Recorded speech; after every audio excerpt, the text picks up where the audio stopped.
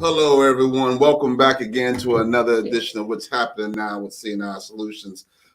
Please remember to always like, share, and comment on this broadcast. There might be someone there who can use this information other than yourself. Our producer's not here tonight with us, Mr. Fomby. So Mr. Fomby and I are having to do a little bit of producing and broadcasting on our own. So bear with us as we work through this. We will have our producer back by next week for sure. And please tune in for that one because it will be a good show. All right. Also, keep in mind for those here in the Huntsville area, there's going to be a lot of events coming up here in the Huntsville area. We got the fair that's going to be happening in the Northwoods Community Center on July 16th. CNI Solutions will definitely be down there for that. There's a host of other events that's going to be happening in the beginning of July for the 4th of July. So for all those who are going to be out there, please be safe during that time. So tonight, yes, sir, we got a special guest in the house tonight. We got Mr. Melvin Hodges. He is a personal financial planner and advisor. Mr. Hodges, welcome, sir. Welcome. All right. So tell us a little bit about yourself. Well, just to clear something up, I'm not an advisor, okay, but I am a financial professional. Mm-hmm. I'm actually a marketing director with World Financial Group, and our mission is no family left behind. So we actually believe that everyone should have an opportunity to be able to win the money game. And so I have a stake in doing so. So I'm helping as many families as I can, right, to put themselves in a better position to be able to win financially. Okay. So how did you get started in doing this? Yeah, that's a good question because I tell you, I didn't think I would ever be selling life insurance, and turns out I ran into a good friend. Well, he wasn't a good friend at the time. I just met him, and the boy was really sharp, you know. And I was like, okay, we could just get to talking, and I asked him what he did. And he told me, you know, that he was into the insurance, gave me a card. And I was like, okay. He asked me, was I happy with what I was doing? And it just so happens I really wasn't, you know. And I was like, no, not really. He said, okay, well, give me a call. And to be honest with you, I actually dodged him for like 4 months. And then he, I kept running into the fella, and then he ended up, I saw him one time. He said, here, give me your number. I'm going to reach out to you because you ain't going to never call me. Mm-hmm. So I did that, gave him my number, and lo and behold, he ended up calling me. And when I knew it was him, I was dodging him again. And then something just said, you know what, pick up and see what he got to talk about. And I did. Once I did, I gave my word that I would actually attend one of his events. And after I did, I was basically sold from there and decided to come on board because I thought it was a good thing to do, actually. So essentially, you're a small business, okay, and you've decided to join an organization that offers a product or a service service to the community. So what is it that you offer? Well, we offer solutions. CNI solutions. We offer solutions. Many people, and we're talking about middle America, middle income America. A lot of people are struggling. A lot of people don't understand how important life insurance is. So life insurance is the umbrella. And for example, if I was to ask you, what do you know about life insurance? What would you say? It's to cover my bills for burial. Yeah. Well, I tell you, you're not alone. Everyone feels like life insurance is only something that, in fact, it doesn't benefit you, but it benefits someone else when you die. And that couldn't be so much further from the truth. Life insurance really has so many benefits that actually can put you in a position to be comfortable while you're alive. So it has what's called living benefits added into it, the new life insurance. Right. So when I'm sitting down with clients, I tend to ask them, do you have the old life insurance? Or do you have the new life insurance? Because the new life insurance comes with living benefits. And I mean, like if you were to become chronically ill or critically ill, you're able to access a portion of the death benefit while you're alive, and you don't have to die for it. Not only that, life insurance can do so much more. It can set yourself up for retirement. Right. We're talking about creating an estate. putting your kids through college. Right. Life insurance can do so much. And I just want to bring Wow. awareness to the community, especially the Black community, Right. you know, because Right. for some reason we got this myth that life insurance basically is a scam. Mhm. And it's just crazy and ridiculous to me. Right. And so because so many people feel like that, we have people putting up GoFundMe's, we have people doing plates and car washes every time something happens. Mhm. And you know, unfortunately, I look down my timeline and it's death all on my timeline. Somebody else then passed away. You know, Right. somebody that lost a family member. So when are we gonna learn that if we take care of things beforehand, we don't have to worry about okay, how I'm gonna bury my loved ones afterwards? You know what I mean? Right. So that's the importance of knowing the importance of life insurance, you know, Right. and Right. bringing awareness. Yeah, Charles, Sean, Melvin. I think in the past 3-4 years, my family, we've faced situations of death that have come across, and one of the things with you viewers as well, and especially down here in the South, my mom was very, very religious in paying her policy. I think it was Mutual of Omaha. They would come through. They would come by the house. She would have her little packet, right? And she would have the cash money. She would pay him. He would check it off, and he would make sure he's back on time the following month. And as time went on, I could not talk my mom out of changing. In the end, yes, that amount of money did bury my mom and my dad, but there was nothing else left after that. Right. It's sometimes I think the funeral, the mortuary affairs, what do you call it, right? They help families out, and when it comes to that, because you know, what does $10,000 really get you nowadays, and especially with inflation?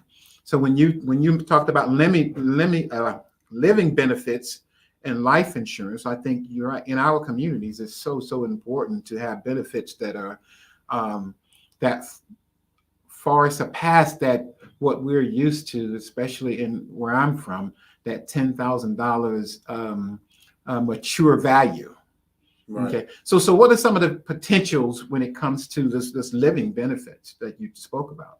Well, that's a great question. First, I want to talk about the first thing you said about, you know, them actually having a policy, and then, you know, unfortunately, it was basically enough for burial. And that's one of the things that's, you know, that kind of scared people away from life insurance, because you know, people go into the community, and like you said, they put in the families with these little bitty policies, not anything that can accumulate cash value. Right. And so then when someone dies, okay, you got $10,000, and especially like with inflation right now, that's only enough for the burial. In fact, it ain't even enough for the burial. It costs a dime nowadays. Right. I was just looking at something, and the price of coffins have risen, you know, and so definitely I get what you're saying.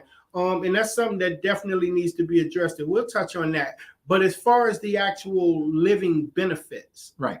well, now, as you know, especially with people who look like us, you know, we're coming across illnesses at a younger age now.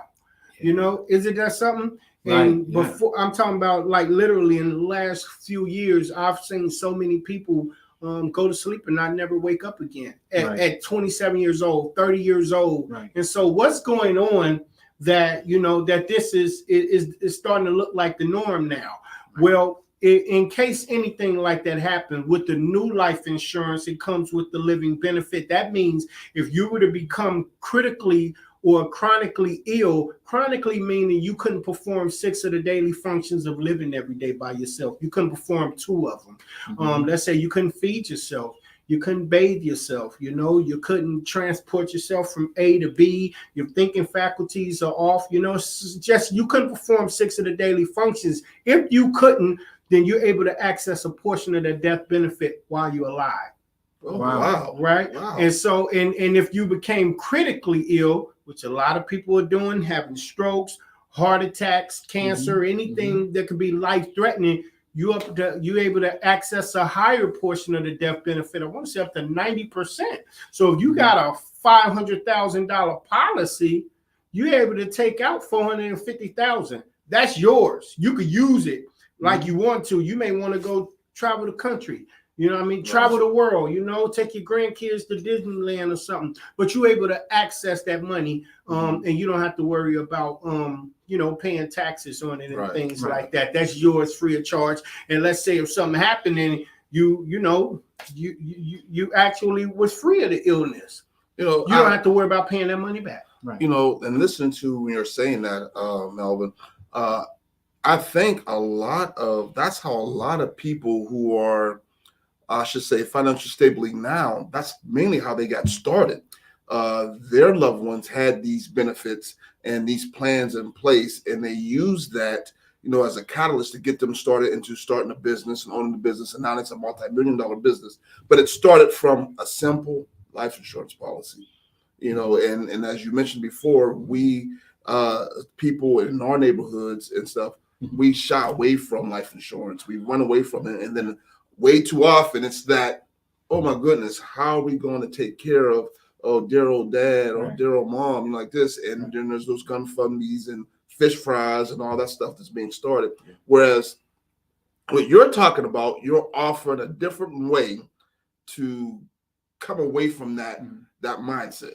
So let me say, I know you're going to answer, have a reply to that.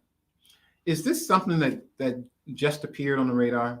Or has this been happening, and it's just that we didn't know about it as a culture? What you mean as far as the living benefits?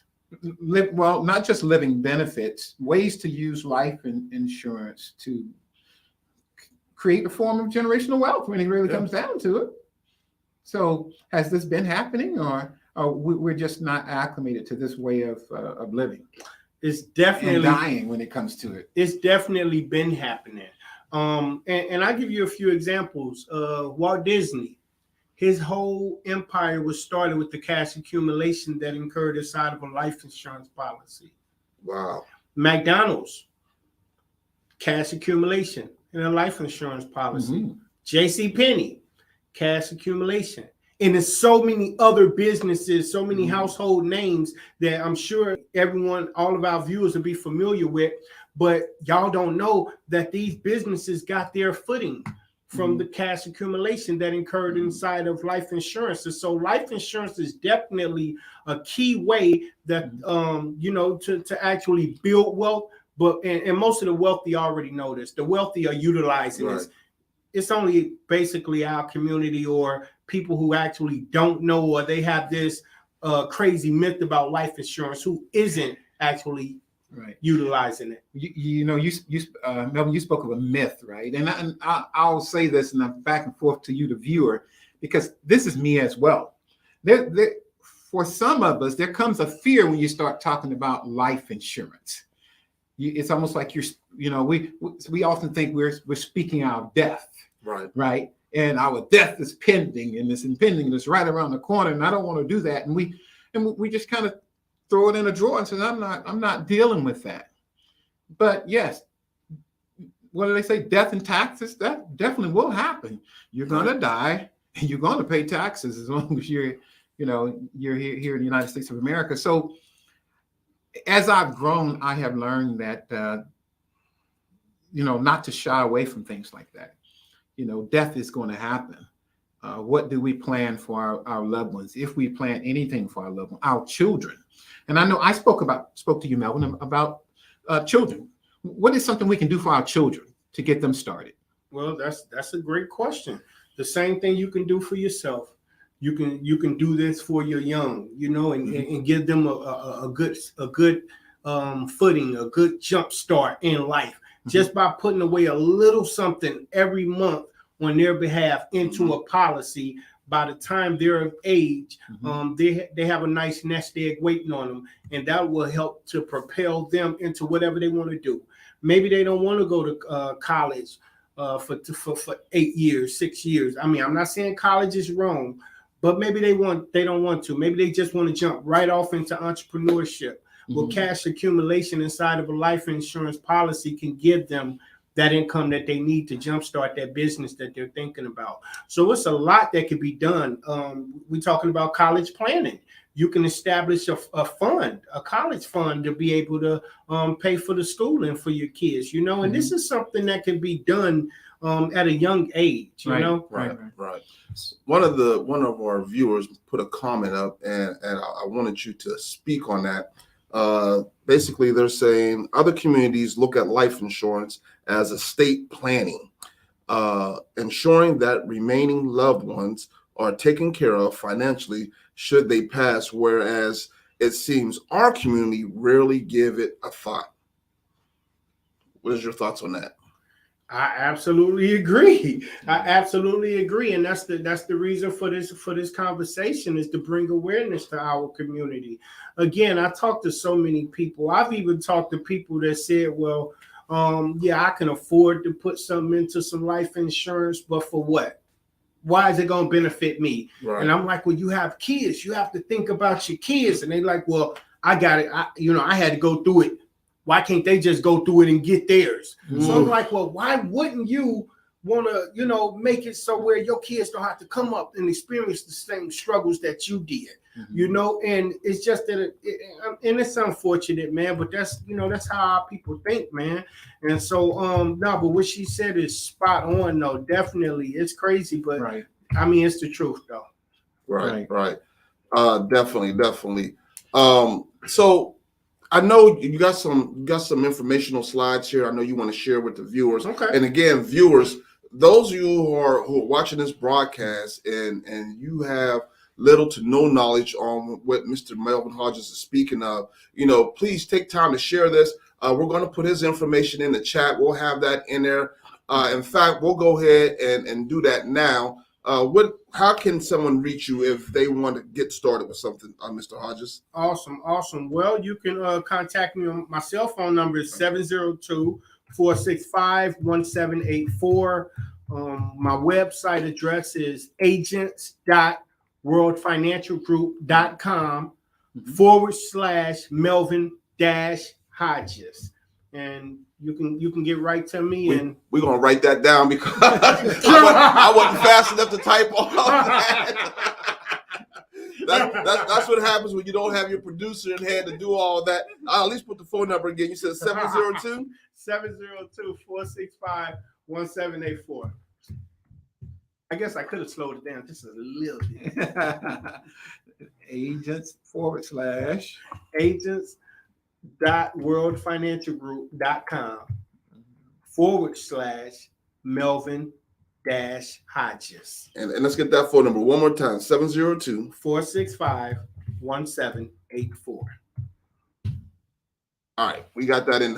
That number's in the chat finally, audience. I apologize for that. I'm a little slow on the typing, but we got the number finally in there. But again, those who is interested in something like this and want to know a little bit more, please give Mr. Hodges a call. Contact him, and he will get you straight on a narrow path and what you need to do and what's best for you and your family, and what's going to be in the best interest for what you might be able to put away to save for that upcoming rainy day years down the road. So we're going to take a look at a few of these informational slides that you got here, sir, and have you talk to us a little bit about them. So some of these questions, go ahead, please talk to us. Are you where you thought you would be financially in life?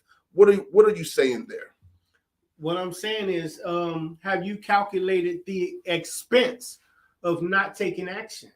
Some people are actually going through life just at a, they in a nonchalant type of, motion, and not really thinking about the seriousness of possibly outliving their income, Right. outliving their money. And so are you where you want to be right now? If not, let's have a conversation. Right. Do you have the flexibility to do the things you want to do? That's a good one. Yeah. That's a good one. That resonates right with when we talk about entrepreneurship and what it means to be an entrepreneur. Right. Because you have to be willing to do the things that others won't do so that you can live the life that others can't live. So good one there. Definitely. Are you satisfied with the balance in your savings and retirement accounts? What makes you ask that question? I mean, because I think that's a question that needs to be asked. You know, a lot of people don't, you know, especially we look at where inflation is right now. We look at where taxes are right now. Unfortunately, we have been bred to believe that if you want to create a comfortable retirement, put something into a 401k, and when you get ready to retire, you're going to be fine.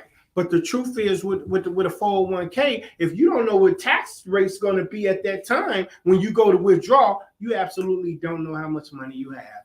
Right. How can you retire comfortably? You know, and so that's a you know, I mean, that's a good question. Are you comfortable with what you have in your savings account? Right. Does your income reflect the value you bring to your employer? Knowing your worth, knowing your value, and you know, what are you doing? What are you doing to solidify that you'll actually be taken care of for the future? Right. You could be making a nice considerable amount of income, but are you doing the right things with it? Right. Are you making the right decisions with it? Exactly. Does your current career have the financial horsepower to help you achieve all your goals? Financial horsepower. That's powerful there. Talk to us about that one. Well, horsepower, man, that's, you know, that's something that's good. You know, that'll give you a kick into reality, really make you think about your position and where you at right now. And so when I put that question up there, that question is basically I'm trying to generate people's minds to actually start thinking. Right. You know, I want them to think about maybe it's something else out there. I'm not telling people to quit the jobs or nothing like that, but I think absolutely everyone should actually have the opportunity to try to hand in entrepreneurship. You know, and I mean, we have employees for a reason. We have employers for a reason. There are always going to be employees, just like employers. But give yourself a good chance to win, you know? And so sometimes you got to step outside of the box. Sometimes you got to step outside of yourself and look at yourself and say, self, what are you doing? You know? Right. But no, I'm just basically just trying to get people to think big. Okay. Right, All right. Right. All right. So talk to us a little bit about this slide. What is happening here? Well, this is a powerful slide. This is we highlight some of the challenges to consumers and the statistics that are plaguing America right now. You know, and hence this is the reason why I'm sitting here talking with you guys today. When it comes to income, 78% of Americans live paycheck to paycheck. And of those that are working, 85% of them actually hate their jobs. Definitely been there. There. When it comes to debt, 52% of the households in America have credit card debt. Credit card debt has just this year alone is total. Last year actually totaled $998 billion. Wow. That's crazy. That's almost $1 trillion right around the corner from it. Right. When it comes to savings, only 44% of Americans actually. I'm not gonna say only because that's a big percentage, but 44% of Americans can't cover a $400 emergency. Who would have thought? We in this great nation, you telling me 44% of us can't cover a $400 emergency? That's an issue, and it's something that needs to be addressed. That is definitely a issue, and I can agree with you on that because I've seen it, I've lived it, and I've seen where it wasn't even a $400 emergency. It could have been a simple $200 emergency, and that couldn't get covered. So that's definitely hitting home to people. So I have a question, Melvin. So returns on those on an account, is there a standard, a baseline? For instance, checkings account, what 1% or less on money? What is a savings account? I guess it depends on what type. So not even 1%. You're looking at probably around a 0.1%. And that's nothing to go right home about. But as far as, you know, what we want to do is help people to understand that there are accounts that you can actually put money into safely. You know, like a savings account, You know, you could put money into a life insurance policy and it'll accumulate cash value, but also your money, you're looking at your money growing and collecting compound interest. So at the end of the year, the rates are killing what you're actually getting, just putting it in a regular savings account or certificate of deposit and, you know, things like that. But yes, there are definitely financial vehicles that will help you to grow your money and really get the most out of it. And you all offer some of those vehicles. Oh, yes. Oh, Okay. yes. All right. Excellent. Great, Excellent. great. Surviving to thriving. What does this mean here? Well, this whole little thing right here was taken from the Cash Flow Quadrant by Robert Kiyosaki. Y'all heard of this guy? Well, yeah, a lot of people, you know, been reading his books. I've been reading his books, and this guy, you know, he talks about the Cash Flow Quadrant, and here is where we highlight basically the difference with being on the employee side than being on the business owner side. If you look at the top left-hand corner, those are going to be your employees, you know, and when you're an employee, you basically, you know, you have limitations in what you can do and what you can't do. Right. Somebody come to you and say, here, they put a broom in your hand and say, you better sweep. You better sweep. Right. Because if not, then you might be out of a job, you know. But then let's say you get tired of being told what to do. You want to make your own schedule, you know. You can move over into the self-employed side of the quadrant. And, you know, this is where people are actually, you know, they're not employees no more, but now, you know, they basically running their own business. But the problem with that is when you don't work, you don't eat. Right. Not only that, you know, it depends on whether you got some employees or not, but you're pretty much going to do all the sweeping yourself, you know. But now, so what we want to do, we want to help people to move from this side of the quadrant to this side of the cash flow quadrant. These are going to be your business owners. The difference with the business owner and someone that's self-employed, when you're a business owner, your business operates even when you're not attending to it. Right. You know, and so we want to get people to think like that. Think about being an owner, you know, like a doctor, even a doctor, you know, when, you know, he's not really a business owner. He you know, when he goes, he's not making money. Right. When he leaves, he's not making money. When he's out of town, he's not making money. When he's on vacation, he's not making money. You know, and so we want to get people to think like that, or move down into the investment side of it. That's where you're letting your money make money for you. So you're investing your money. And so it's important for people to think like that. And so as far as our community, I definitely want to bring awareness to them with that as well. All right. There has to be a need. Yeah. Talk to us. Well, again, it has to be a need, man. It has to be a need. And actually there is a need, because again, here goes some of these statistics again. You know, we talking about people drowning in debt. You know, of all U.S. households, 38% have credit card debt.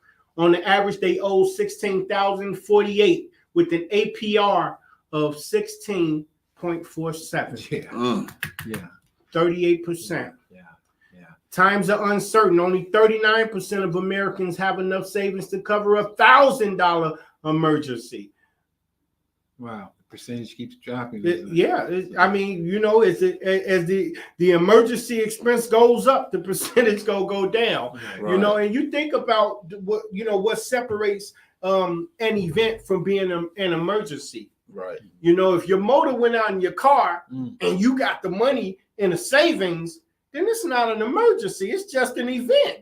Right. But if you ain't got it, now it's an emergency. Now you got to call Auntie Sally. You know, you got to call the homies.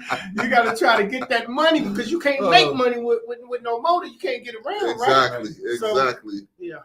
You're right on that. I've seen that way too often. Yeah. Way too often. So I found on this I found something that was very interesting and the highlighted area. And for viewers who are out there viewing this, I also want you all to look at this. It says wealthy people tend to spend time learning and understanding how money works. They look for advice and solutions to get better returns for their money. Like this. Talk to us about that. I mean, it's evident, man. It's right there. The wealthy already know about everything I'm talking to y'all about. Cash accumulation, the importance of life insurance, the need to build an estate and preserve it, to set their kids up financially. So when their kids of age, they don't have to struggle and worry about nothing. They can jump right off into entrepreneurship. The wealthy already know this. I'm actually going to go over a few concepts, financial concepts, and the wealthy are aware of this as well. And so that's a big deal. That's a big deal. Right. Wow. Small changes, big money. Spending is a habit, so it's saving. Yeah. So those figures that you have there, what do they represent? The $300 a month at 8% in 30 years. Those are potential. Yeah, I'm just basically giving them an idea of how they can create a nest egg, and it doesn't necessarily have to be $300 a month. But start saving somewhere, even if it's $150 a month, $100 a month. For those of you who can't save $100, put $50 a month away. But find a financial vehicle that would allow you to collect compound interest. If you look at the slide that we got up right here, this is actually highlighting someone who's putting away about $300 a month at an 8% growth in 30 years. You're looking at almost $500,000, 400, almost 450. So Melvin, was it index fund? What is this index? Index. That's a good question. It's a life insurance policy. Okay. It's a life insurance product, but it also has a savings component inside of the actual policy. So it's a whole life product. So you're gonna get life insurance for the rest of your life, but it's also you're putting money into it, and that money is collecting interest, and the interest on that money is collecting interest, and it's called compound interest. So you're looking at growth, and that actually what that screen was highlighting. Wow. Okay. So was that looking at it from a whole life or a term? Whole life. Okay. Whole life. So, I used to have a lot of confusion. Now I'm still working in about between whole life and term. Whole life basically it does not have a top out, so to speak, right? When it comes to age, or does it have a top out when it comes to age? Where the term gets to 75 and the numbers drop, or the value of? Well, when term is just like it sounds, it goes for a length of time.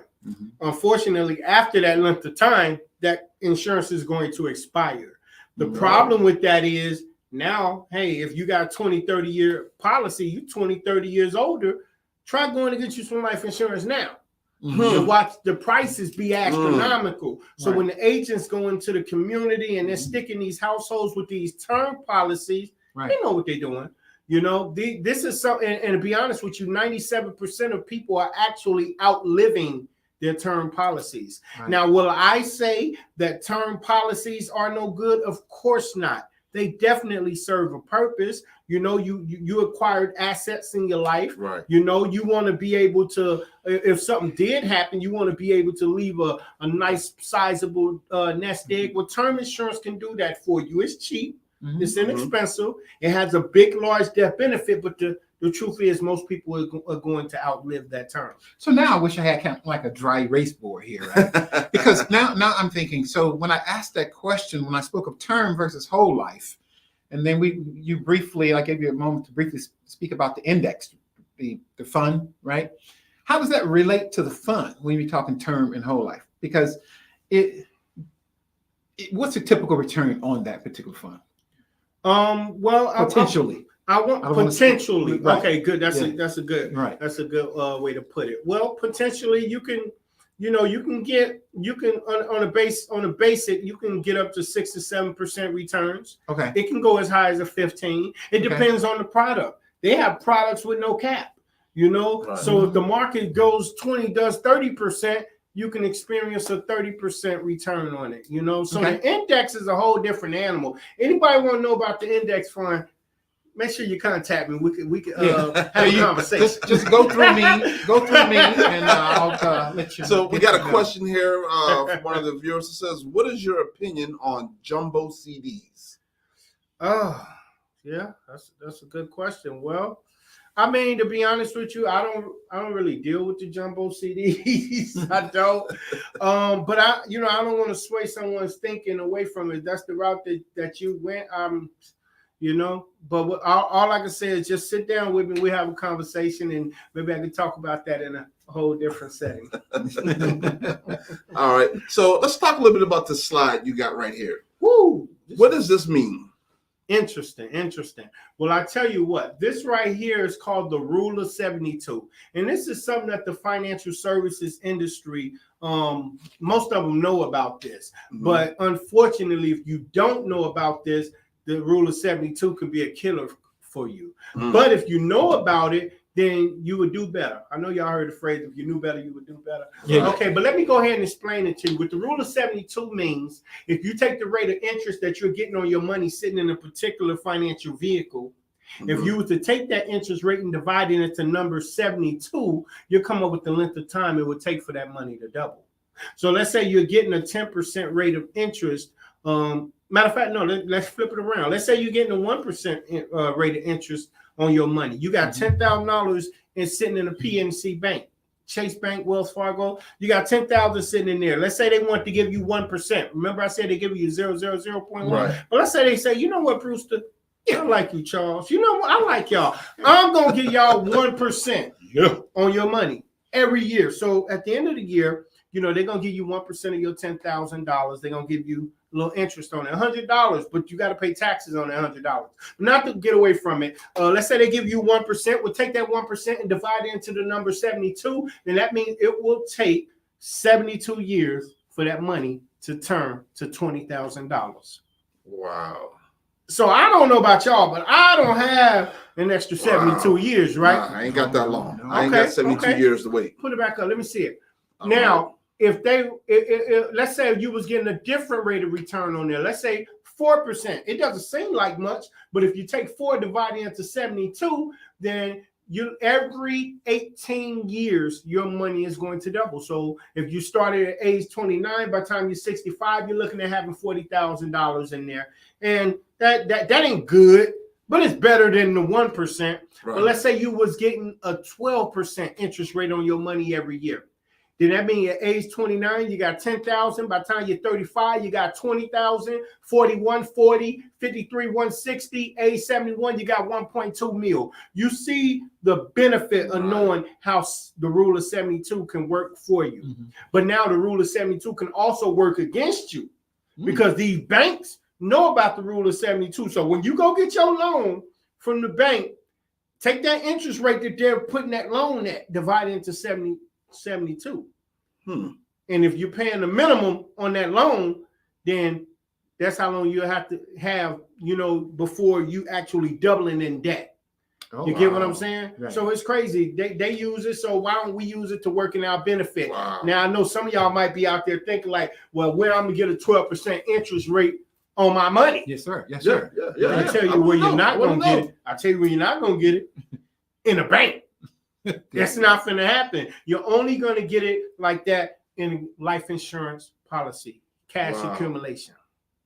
Cash accumulation. Hey, folks, Melvin has been spitting down some good knowledge, good information here this evening. Again, if you know someone who can use this information, please share this broadcast with them. Share this live. Go to our social media pages or YouTube, LinkedIn, Twitter. Give them whatever it is so they can get this information that Mr. Hodges is putting out. Yes. Brewster, go ahead. Well, no, this cash accumulation, it really sparks my interest. And I think we've had small discussions about it as well. If there are any of my family members out there, hey, let's tune in. Let's get together. I think there are ways that we can change the dynamics of the family name, really, when it goes throughout the history. Whether it's my folks out in Cali, down in Talladega, where we do chicken right down in Talladega, but there are opportunities, and we often say opportunities for improvements. We could definitely use opportunities for improvements. So let me ask you something. Yeah. Do you think it's how can I say it? Is it better as for families to invest and do this as a family unit, or as just for every man for themselves as individuals? I mean, you know, that's a great question. Mhm. What I would say, definitely, if families want to get together and say, "Hey, listen, let's go ahead and fund an IUL, and and get the growth that that we can actually let's maximize it out and get the most out of it, right? Let's come together." But the thing of it is, when it comes to these living benefits, only one person going to be able to access that. You get what I'm saying? And that's what we really, because we can't forget this is a life insurance product. So we want everyone to have life insurance for their whole life. You get what I'm saying? As opposed to a term. And so again, this is a whole life product, but it just the perk of being able to accumulate cash inside of it is just that. It's just a perk. You get what I'm saying? Right. Not only that, the money that grows inside of this policy is tax-free. You don't have to worry about paying the taxes on it. Wow. So can you borrow from it at tax or do you have to pay taxes on it when you borrow at the time of borrowing? You can borrow against the cash accumulation. You could take out a loan, you could withdraw it, and you don't have to worry about the astronomical taxes. Now, there's some more inner workings to the IUL, but I don't want to give them too much because then they probably won't call me. So let them call me and I can answer all of that for y'all, okay? Oh, wow. It looks like there's another question there. Yeah. Ooh, it's a lengthy one. I don't know if I can, we're going to be able to show all that. Let's see here. It says, Ken Turner, founder and editor of the Deposit Accounts, expects CD rates to keep climbing this year and next. If the Fed carries out a total of 7 rate hikes this year and 3 or 4 in 2023, Tuna predicts that the highest rates for the 5-year CDs will hit a range of 4% to 4.5% by the end of the next year. Do you think this will happen, and when can we expect to see interest rates begin to go back up? Deep question. Deep. Yeah, it is. And I got a simple answer for you. I don't know. I don't know. I can't tell you. I know right now CDs are getting 1%, somewhere around there. I can't tell you what they're going to be doing when the rate's going to go back up. If you invested in the CDs, I hope it do for your sake. But man, it's looking ugly out here. It's looking ugly out here right now. You know. Wow. So I guess it's kind of safe to say what's safe, in these particular products or services that we're talking about right now seem to be safe. Or would you say that they're safe? That's what the index is. It's safe. You're guaranteed not to lose a dime in this policy. It has what's called a floor, and the floor is 0, and 0 is your hero. Now it's hero because you can't lose a dime. You're putting money into it.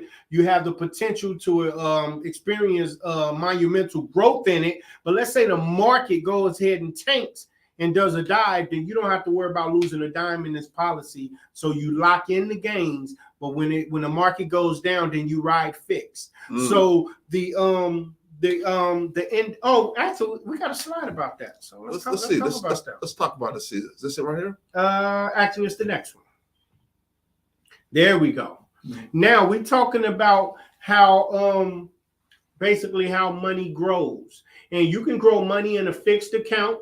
And the thing with this is, with a fixed account, your money isn't exactly growing for you. It's not outpacing inflation, and it's not participating in the market gains. So your money is just riding level. It's safe, but you're not really losing anything. But then you have the variable growth, and that's going to be money that's tied to the market. So it goes up, it goes down, it goes up, it goes down. In fact, I'm getting a stomach ache even just thinking about it, but that's your money. That's your retirement if it's tied to the market, especially like in a 401k or something.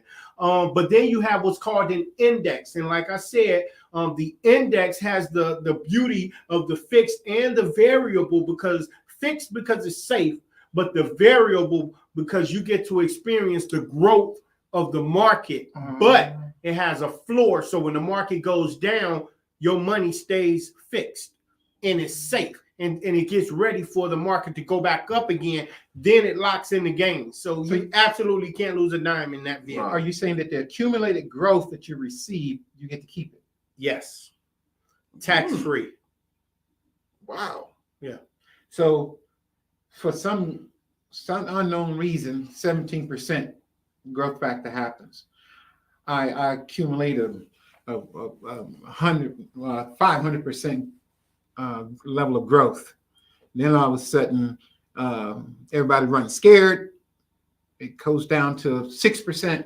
So that 17 level, everything that I gain, that becomes my I won't say my base, so to speak. Well, again, it depends on the actual product that you have. The only downside with the index is it has a cap.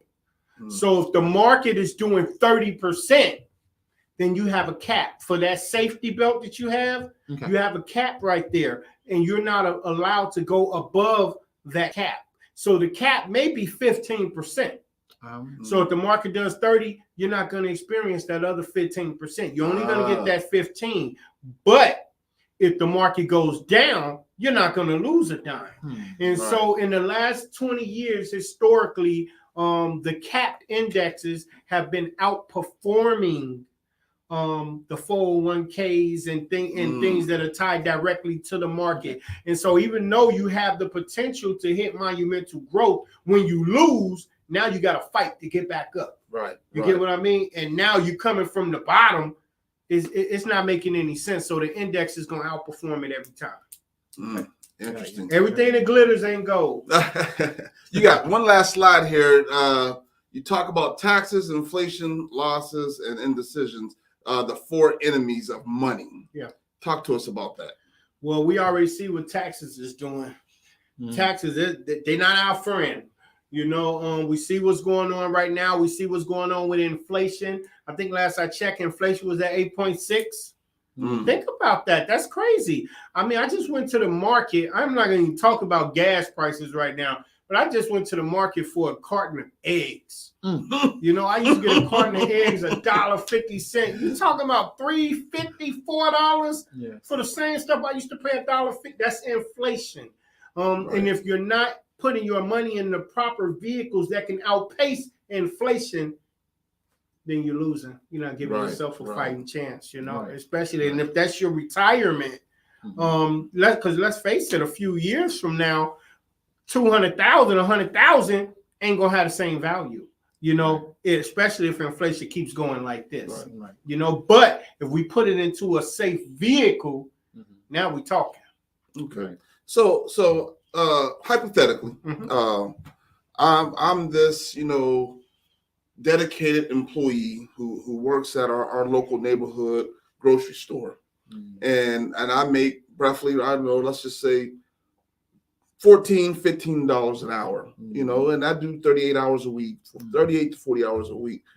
Is there room, or is it a possibility for me to invest into one of these policies, you know, when I have my own vices that I still must maintain, like my rent, car insurance, all that? You know, can someone who makes as little as I make be able to partake into the index and make money for me? That's a good question. I will say it really comes down to self-sacrifice, delayed gratification. You know, we all want nice things. We all feel like we want to eat the best foods. You know, we just want to enjoy life, you know. And so sometimes we may just have to sacrifice for the greater good, you know, to make sure that we're taken care of later down the line. Now, someone who's on a small budget, can I say they can go all out crazy and max and get just crazy gains in 20 and 30 years just putting in the minimum? I can't say that.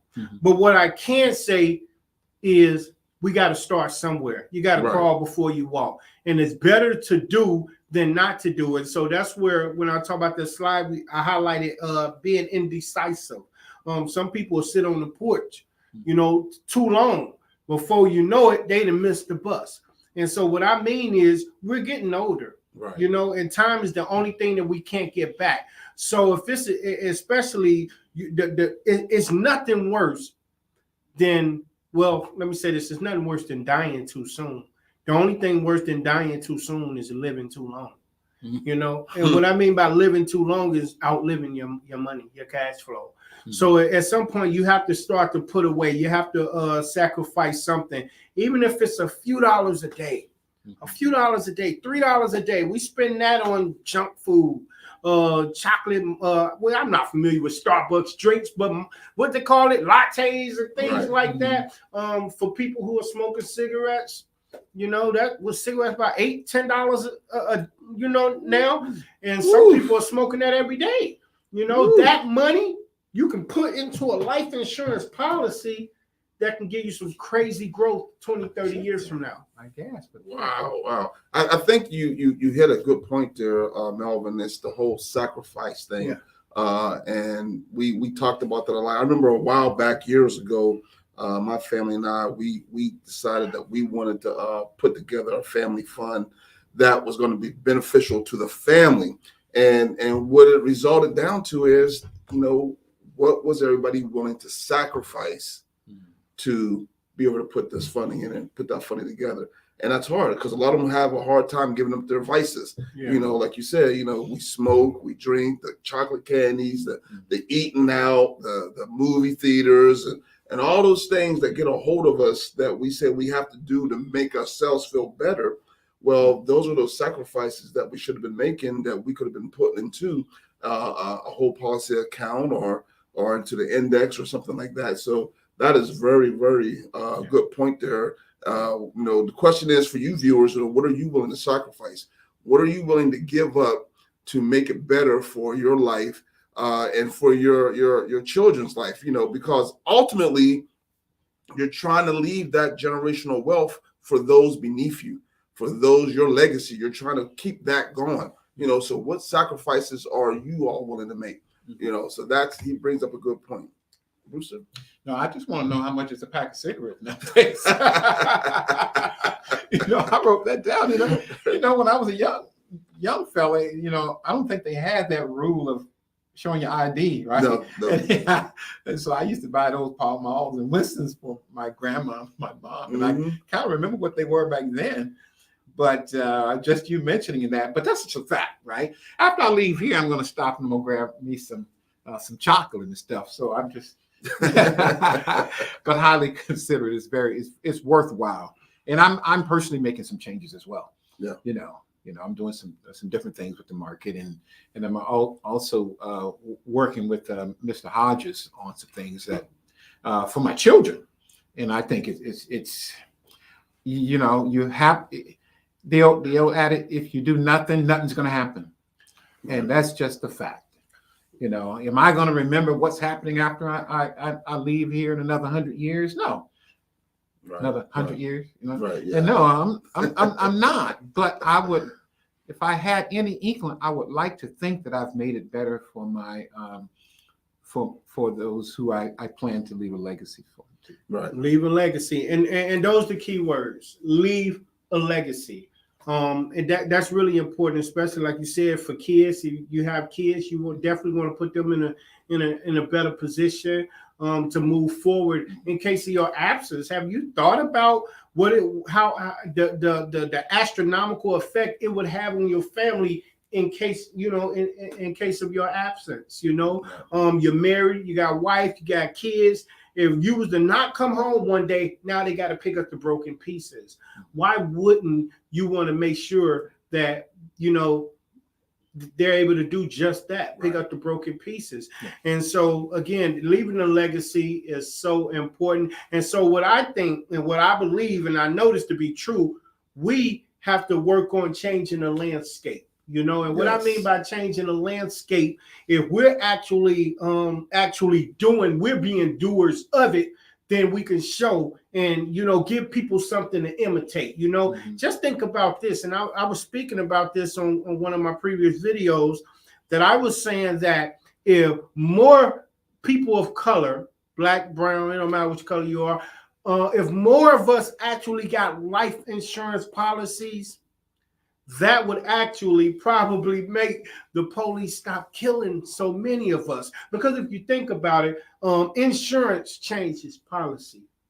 And if these insurance companies, some of the biggest companies there are. In fact, everything we know runs off insurance. We talking about life insurance, medical insurance, business insurance, car insurance, cell phone insurance, corporate insurance, whatever. The government runs off insurance, but these insurance companies, if more of our people had life insurance and these insurance companies kept paying out these death policies, these death benefits, then trust me, police run around here killing them. They be like, hey, listen, we got to have a talk with y'all. Y'all can't keep just doing this, And so I think it will really help change policy, But I mean, most important than that, though, we all, we getting older. No one's what's the word I'm looking for? I can't find the word I'm looking for. But what I tell you is, God, you know what? No one's immune to life, man. We're imperfect beings. And unfortunately, the older we get, man, we're going to occur something. So many people are developing chronic illnesses when they get older. And so if you don't have life insurance that can kick in and pay for those, those events, man, and your long-term care and things like that you're looking at coming out of pocket for this. Yeah, I'm talking about, I go to Walmart, I see so many people 80 years old up in there working. Why? Because life insurance. Maybe their spouse don't have life insurance, right? And he's too old and too sickly to qualify for something. But while she's working at Walmart, she can get life insurance and now he's covered. You get what I'm saying? Why we got to wait to that? Why don't we put things and implement things beforehand? Exactly. That's the conversation. Man, I tell you what, viewers, Mr. Hodges done said a mouthful this evening. Please, and remember, if you know someone who's in this predicament, you know someone who needs this type of help, share this video with them, share this broadcast with them, send it to them, let them know, like, share, comment, whatever it is that you can to get others involved and make others aware of what we as a people are not doing and what we need to start doing as a group. Absolutely. Charles, just I echo that sentiment, I piggyback on that. We do, as a people, when you spoke about the recent, I don't know, that's not recent events with the overwhelming amount of people of color being killed, by law enforcement and other, but just not that can change. I was sitting here thinking about, when you were talking about Walmart, I was like, wow, I watch these memes and different things, how Walmart is changing a lot of their dynamics in their stores to self-checkout. Well, what does that do for jobs? Less jobs. So if we prepare better, we can prepare better for those situations where there are less jobs. There the high-tech jobs, the industry for my age and others. If you're not prepared, you're not going to be able to keep up with technology, and that where your value in that sense is going to lessen. So there's so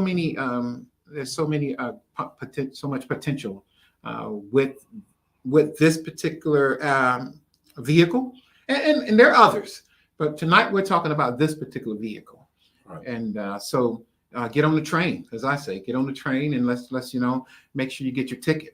Hey, and also real quick, the financial services industry, man, basically is a need. It's a need for some more help, man. Some more people to look like us to come in and change the landscape, man. I'm talking about, it's 200 million people, retirees out there right now that needs to be serviced. And so if someone's thinking about possibly changing, getting into a different field, want to become financially literate and be able to educate others and not only help themselves, but to be able to help their families and help others as well, reach out to me, man. We definitely looking for some good quality people, and we can train you fully and help you to be able to serve others. Outstanding. Right. Hey, viewers, you heard it right then and there. If you're looking into getting into a different landscape of work and you think you can do and you have what it takes to do what Mr. Hodges does, hey, give him a call. Reach out to him, and let him know that you're interested.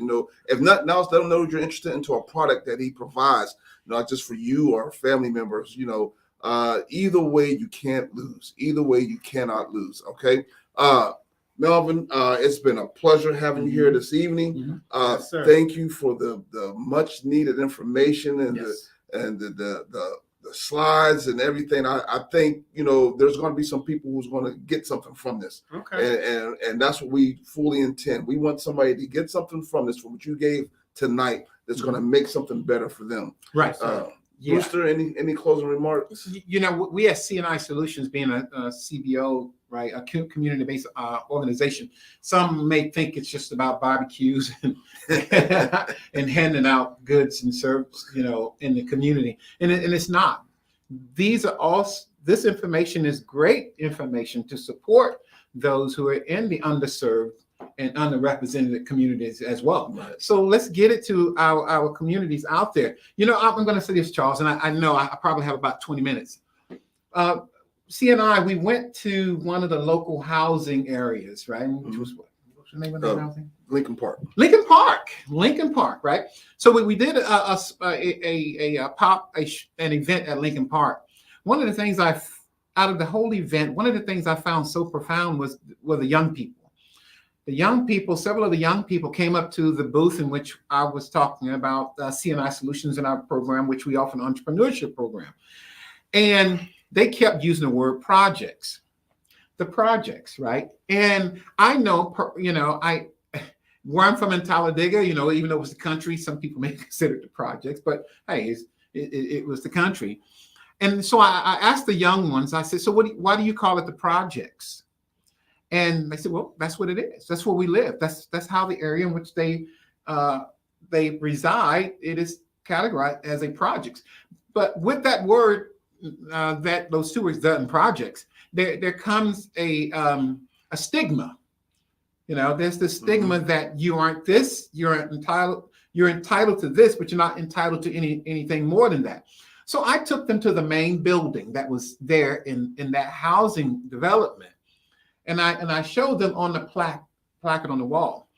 I said, this misnomer, this idea that the name of this housing area is the projects, this is why they say it's the project. There's project number 46-. When they developed and they had the subcontracted workforce to develop that area of that contracted workforce, they gave it a project number. Every building has a project number. Right. And throughout time, people have taken that to label people, to label them. And for those who are watching or who will watch, and I kind of sometimes wish this was on the front side, you're more than a project number. Right. You are much more than a project number. This type of service and benefit is for you as well. Exactly. It is there for you and your neighbor that lives next door to you, and my cousin Pookie and Ray down the street. It is for them as well. So I want to say that. Excellent point, Mr. Fombe. Mm-hmm. Excellent point. Hey, viewers, folks, thank you all for tuning in. We do appreciate everything that you all do. And always remember, your yesterday is not your today, and your today is not your tomorrow. Good night.